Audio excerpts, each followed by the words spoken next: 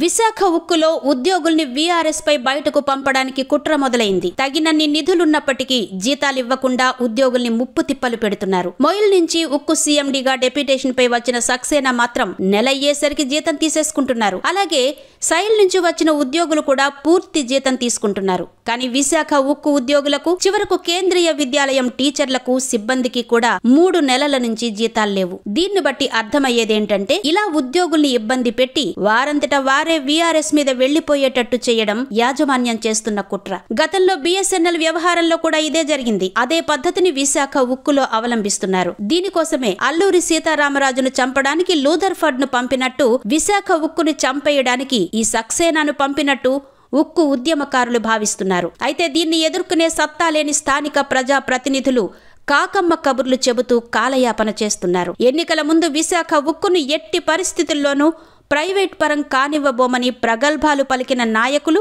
ఎన్నికల్లో గెలిచాక మాట మార్చేశారు. ఎన్నో పోరాటాల ఫలితంగా వచ్చిన విశాఖ ఉక్కును రక్షించుకోవడానికి ప్రజా ఉద్యమమే శరణ్యమని ప్రజా సంఘాలు భావిస్తున్నాయి.